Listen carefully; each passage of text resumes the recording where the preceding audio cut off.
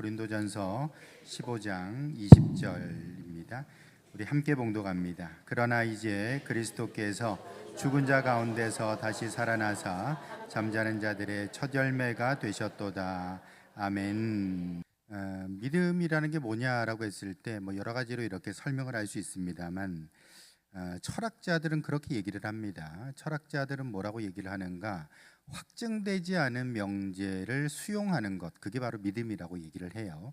확증되지 않은 명제를 수용하는 것이다. 명제라는 것은 이제 그 참과 거짓을 구분하는 그런 짧은 문장이라고 또는 수식이라고 말할 수 있는데, 쉽게 말해서 이게 맞냐 그러냐 요걸 이제 따질 수 있는 문장을 명제라고 합니다.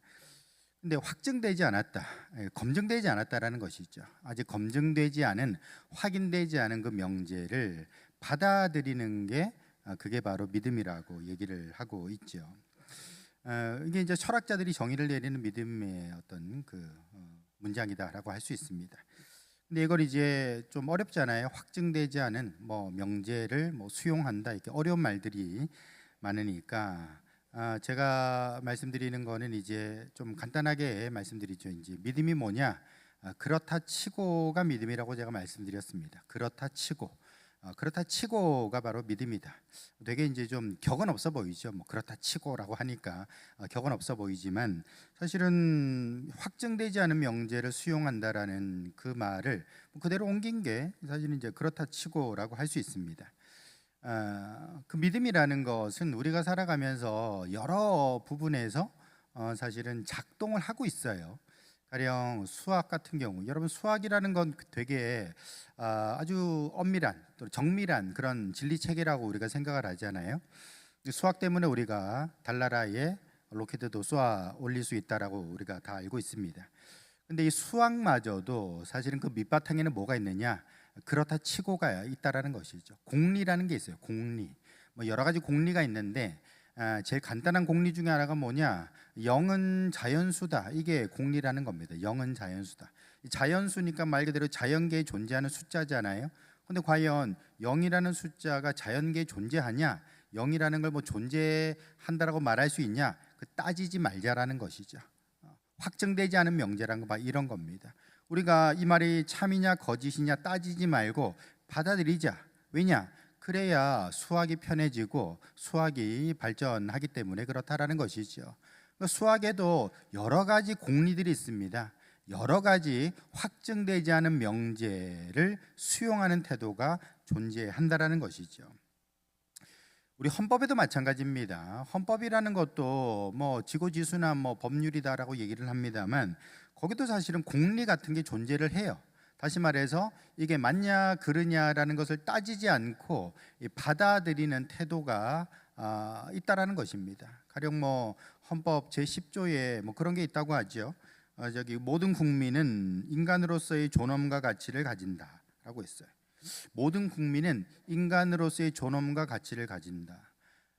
저 사람 내 돈 10만 원 떼먹었는데 어떻게 저런 인간이 존엄과 가치를 가질 수 있어? 우리는 얼마든지 반론을 제기할 수 있잖아요. 근데 그걸 따지지 말자라는 것이죠. 왜냐?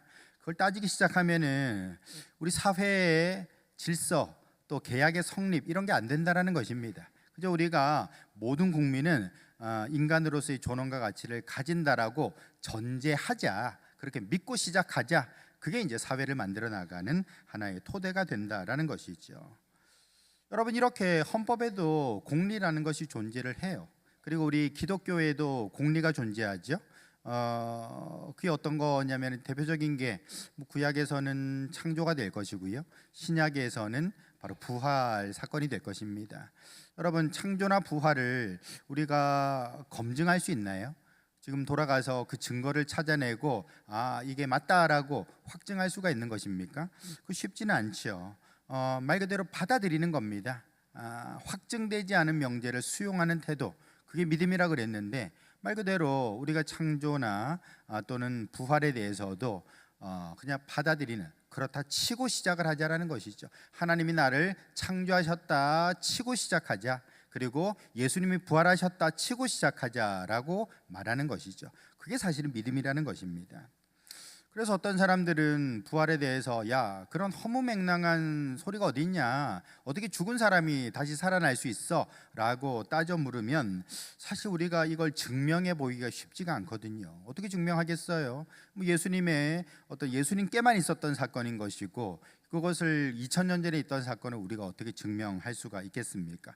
허무맹랑하다라고 비판을 듣게 되면은 그저 뭐 논리가 흔들려 가지고 이렇게 우리가 주눅이 들 수도 있겠습니다만 여러분 속지 마시기 바랍니다. 우리가 살아가는 세상은요 그런 증명되지 않은 명제들 또는 허무맹랑한 소리 같은 그 토대 위에 세워져 있다라는 것이죠.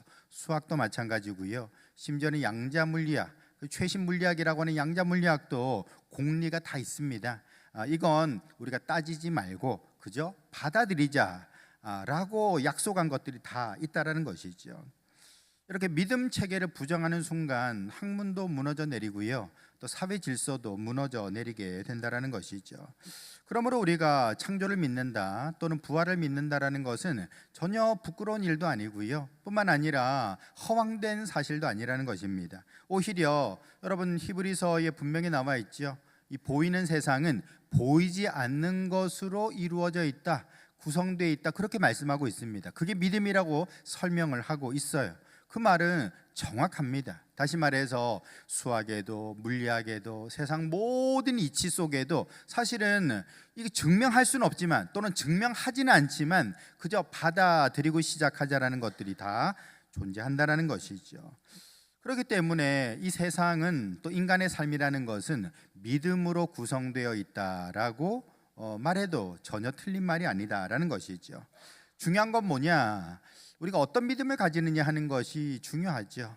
어떤 경우에는요 되게 파괴적인 믿음을 따르는 사람들이 있습니다. 뭐 대표적인 게 사이비 종교 같은 것이죠. 돈과 삶을 이렇게 다 희생시키는 아주 위험한 파괴적인 그런 믿음이 될 것입니다. 뿐만 아니라 어떤 사람들은 자기 부정 또는 자기 혐오에 빠진 사람도 있겠죠. 그렇게 나는 안 돼, 난 할 수 없어, 뭐 이런 어떤 이상한 신념에 빠져 있으면은 그 사람은 자기 믿음대로 결국 삶이 파괴되고 만다라는 것이죠. 또 이런 파괴적인 믿음은 아니더라 할지라도 이상한 믿음이라는 것도 분명히 존재하죠. 뭐 예를 들어 외계인을 믿는다든지 아니면은 미신을 따른다든지 점성술 또는 타로 카드 뭐 이런 것들을 따르는 거, 이런 것들은 이제 이상한 믿음이라고 우리가 말할 수 있을 것입니다. 또 이상한 믿음 중에 이상하긴 한데 그렇게 해는 없어 보이는, 나쁜 건 없어 보이는 그런 믿음, 다른 사람에게 피해는 주지 않는 것 같은 믿음도 있어요. 가령 여러분 그 지구가 평평하다고 믿는 사람들이 있거든요. 여러분들 지구가 둥굽니까 평평합니까? 어떻게 아세요? 우리가 저기 분명히 땅 보면은 그냥 편편하게 있는 것 같은데 어떻게 지구가 둥글다는 걸 압니까? 내가 뭐 저기 인공위성 타고 우주 밖에서 보니까 둥근 원이더라 확인한 것도 아니잖아요. 근데 이제 어쨌든 여러 가지 뭐 수학적인 공식을 통해서 지구는 둥글다라는 걸 알아냈고, 배 타고서 이렇게 마젤란 같은 사람은 뭐 온 세계를 한번 돌아서 오지 않았습니까? 뭐 그래서 이제 지구는 둥글다고 말하는 사람들이 있는데 오히려 지구는 평평하다라고 믿는 사람들이 있어요. 극소수지만 있습니다. 이 사람들 되게 귀엽습니다. 나가서 저기 지구가 평평하다는 걸 증명해 보이겠다고 하면서 막 실험도 하고 막 그렇게 해요. 이런 것들은 좀 이상한 믿음이죠. 이상하긴 한데 그렇게 뭐 다른 사람한테 피해는 주지는 않는 것 같다, 그런 믿음이 있습니다.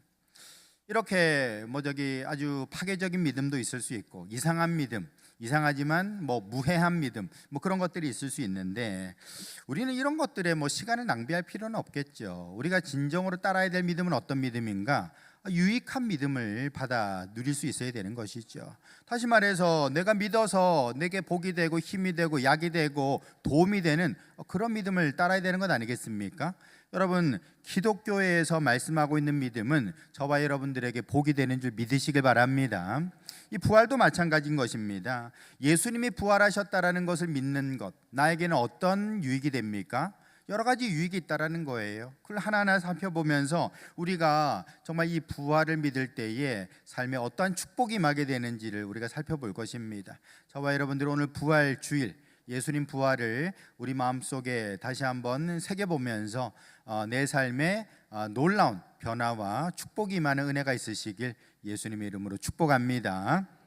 첫 번째로 예수님의 부활을 믿는 자들은요, 이 과거가 없는 자로 살아갈 수 있다라는 것입니다. 과거가 없는 자로 살아갈 수 있다.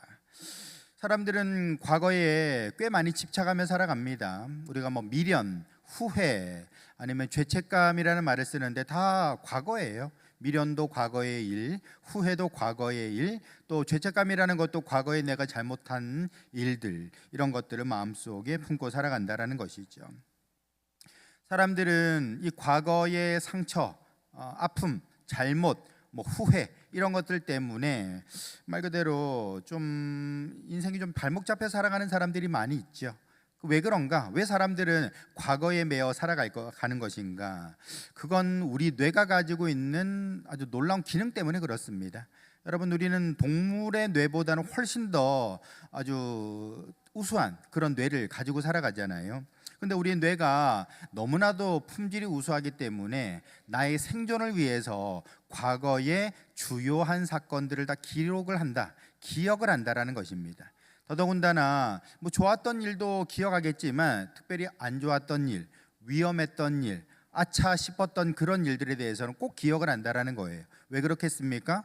그래야 다음번에 똑같은 실수를 반복하지 않겠죠. 그래야 다음번에 어떤 여러 가지 위협이 있는 자리에는 피해서 자신의 생명을 보존할 수 있기 때문에 그렇다라는 것이죠. 한마디로 말해서 사람은 고도로 발달된 뇌를 가지고 있기 때문에 결국에는 과거에 발목 잡혀 살아가는 그런 일을 겪게 된다는 것입니다. 또 우리가 사회 문화적으로도 과거를 좀 너무 강조하는 면도 좀 있죠. 옛날에 누가 그랬다지 않습니까? 역사를 잊은 민족은 미래가 없다, 그런 얘기도 했다고 하는데, 글쎄 역사를 잊으나 마나 그게 크게 무슨 상관일까 싶기는 합니다. 역사가 없는 미국은 저렇게 잘 나가는 거 어떻게 설명할래? 그러면 할 말이 없는 것이죠. 사실 여러분, 우리가 이렇게 과거를 너무 좀 중요하게 생각하다 보니까 역사 이렇게 얘기를 하는데, 그런 것들이 오히려 우리의 어떤 발목을 잡게 되는 그런 측면으로 작용을 한다라는 것이죠. 물론 여러분, 과거라는 게 다 나쁜 걸까요? 그렇지는 않을 겁니다. 좋은 기억도 있을 것이고 아주 아름다운 추억도 있을 것입니다. 근데 과거가 나의 결정적인 순간에 나쁘게 작용하는 경우들이 종종 왕왕 일어나게 된다라는 것이죠.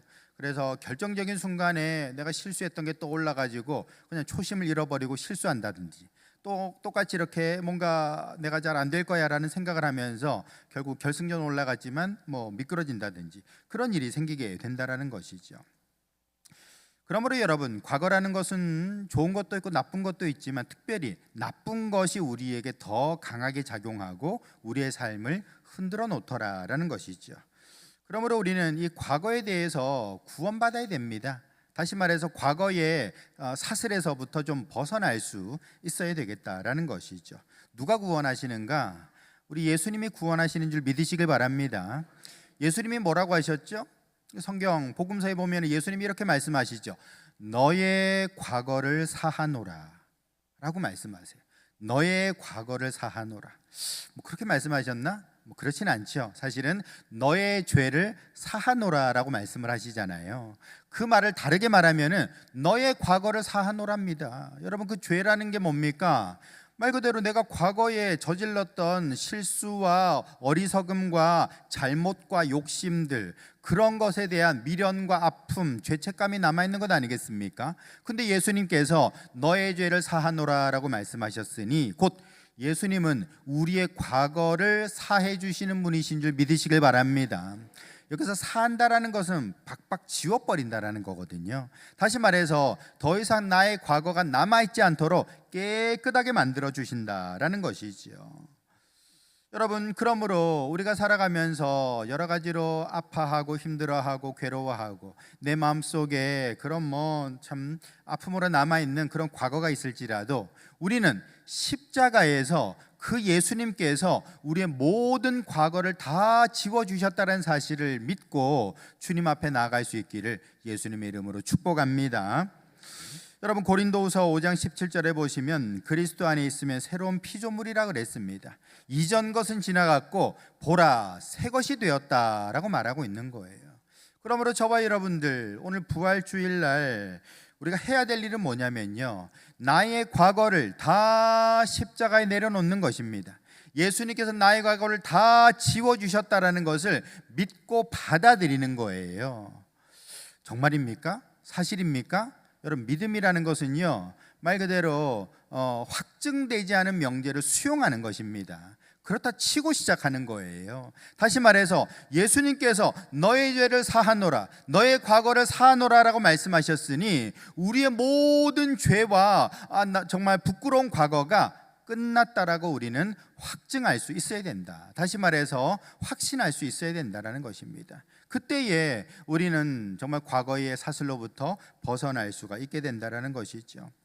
이사야 43장 25절에 보시면 곧 나는 나를 위하여 너의 허물을 도말하는 자니 너의 죄를 기억하지 아니하리라 라고 말씀하셨습니다. 여기서 도말이란 말도 마찬가지입니다. 다 지워서 없애버리는 것입니다. 말소시켜버린다라는 것이죠. 한마디로 말해서 우리 하나님께서도 나의 과거를 묻지 아니시고 그리고 다 지워버리신다라고 말씀하고 있다라는 것입니다. 그러므로 저와 여러분들이 진정으로 오늘 이 부활절을 나의 부활로 받아들이기 위해서는 여러분들의 과거를 주님 앞에 내려놓을 수 있기를 바랍니다. 정말 나의 부끄러움이 많지만 주여, 이제는 온전히 나의 모든 과거가 예수님 앞에서 다 지워졌습니다. 나는 새로 시작할 수 있습니다. 그 믿음으로 주님 앞에 나아가는 성도들 될 수 있기를 예수님의 이름으로 축복합니다. 두 번째로 부활을 믿는 자들은요, 지금 이 순간 새롭게 태어날 수가 있게 된다라는 것입니다. 여러분, 우리가 예수님은 어떤 분이신가? 십자가에서 우리를 낳으신 분이다라고 말할 수 있어요. 여러분, 십자가라는 것은요, 우리가 다른 측면에서 본다면은 이 출산의 장소라고 보시면 됩니다. 이 골고다 언덕은 우리를 낳아주시는, 우리를 태어나게 해주시는 그런 새 생명을 출산하는 장소다라는 것이죠. 그래서 실제로 로마 군병이 예수님 옆구리에다 창을 쿡 찔렀더니만 뭐가 나왔다고 했습니까? 물과 피가 쏟아졌다 그랬거든요. 이 물과 피가 쏟아진다는 건 뭐냐면은 여인이 아이를 출산할 때의 모습을 그대로 묘사하고 있는 것이죠. 다시 말해서 예수님께서 우리를 낳아주셨다라는 겁니다. 바꿔 말하면 예수님께서 우리를 새 생명으로 구원받은 하나님의 자녀로 출산해 주셨다라는 것이죠.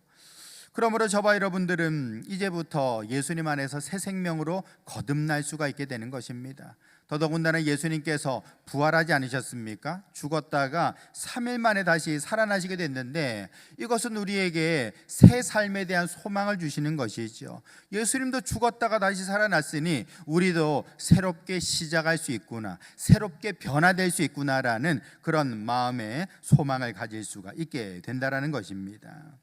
야고보서 1장 18절에 보시면 그가 그 피조물 중에 우리로 한 첫 열매가 되게 하시려고 자기의 뜻을 따라 진리의 말씀으로 우리를 낳아주셨다라고 얘기를 하고 있습니다. 예수님이 우리를 낳았다라고 얘기를 하고 있습니다. 어떻게 낳았다라는 겁니까? 과거가 지워지고 새 삶의 소망으로 가득 찬 존재로 이 땅 가운데 보내주셨다라는 것이죠. 여러분, 우리가 아이들을 향해서는 정말 소망의 눈빛으로 보지 않습니까? 저 아이들이 장차 커서 어떤 삶을 살아갈지 기대감을 가집니다. 근데 자기 자신을 볼 때에는 그런 기대감이 없을 수가 있죠. 왜 그렇습니까? 우리는 과거에 여러 가지가 있거든요. 내가 잘 안 됐었어, 내가 실패했어, 내가 결국에는 내가 이 나이에 뭘 할 수 있겠어라는 여러 가지 생각들을 하며 살아가게 되죠. 그러나 예수님께서는 저와 여러분들을 새로운 인생으로 낳아주신 줄 믿으시길 바랍니다. 그러므로 우리는 이 부활하신 예수님을 바라보면서 나의 삶도 거듭나고 나의 삶도 새롭게 출발할 수 있다는 것을 소망으로 가질 수가 있어야 되는 것이죠. 요한복음 3장 5절에 보시면 예수께서 대답하시되 진실로 진실로 내게 이르노니 사람이 물과 성령으로 나지 아니하면 하나님의 나라에 들어갈 수 없느니라 라고 했습니다.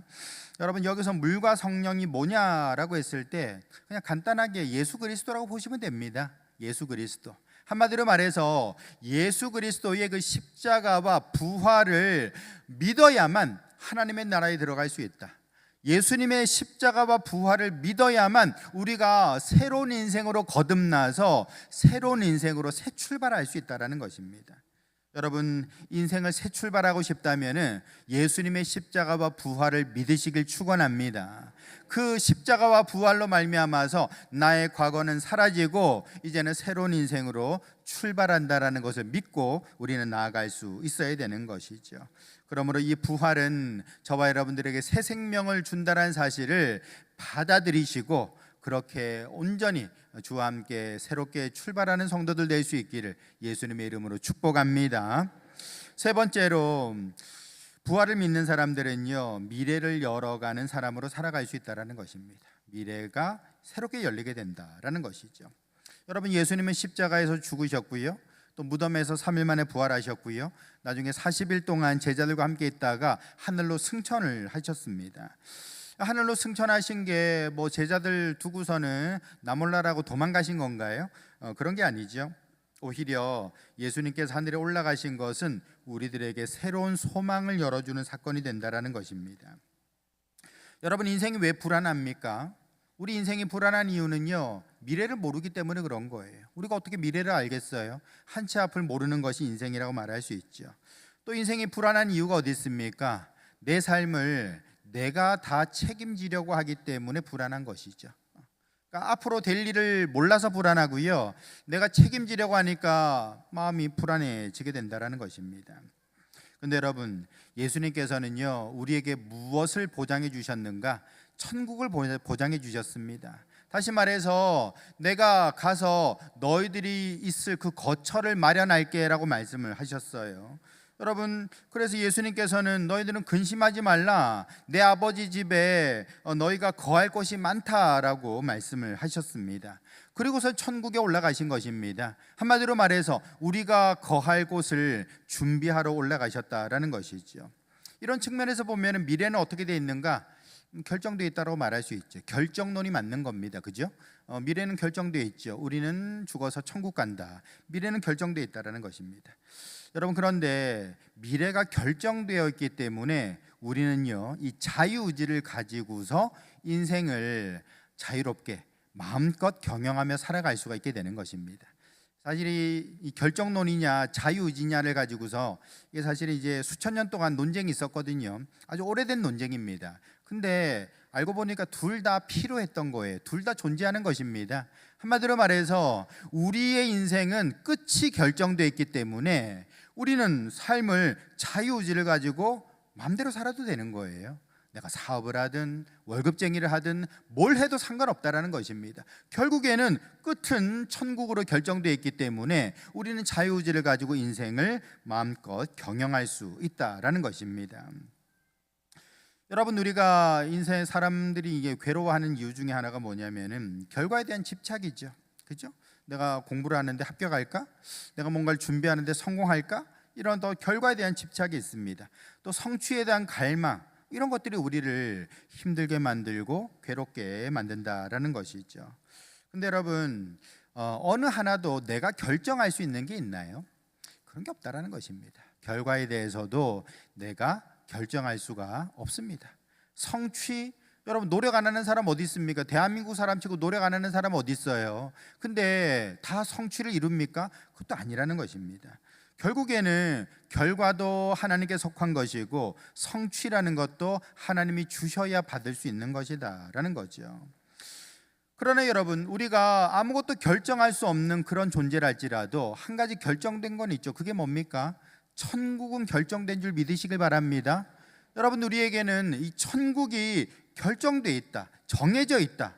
그걸 예수님께서 이 십자가, 부활, 승천이라는 사건을 통해서 다 보여주고 계신 것이죠.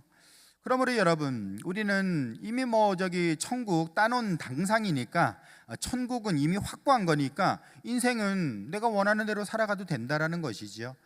그래서 사업을 하든 월급쟁이를 하든 뭐 여행을 떠나든 아니면 여러 가지 연구를 해보든 우리가 어떻게 살아도 하나님 앞에서 값진 삶이 될 수 있고 의미 있는 삶이 될 수 있다라는 것입니다.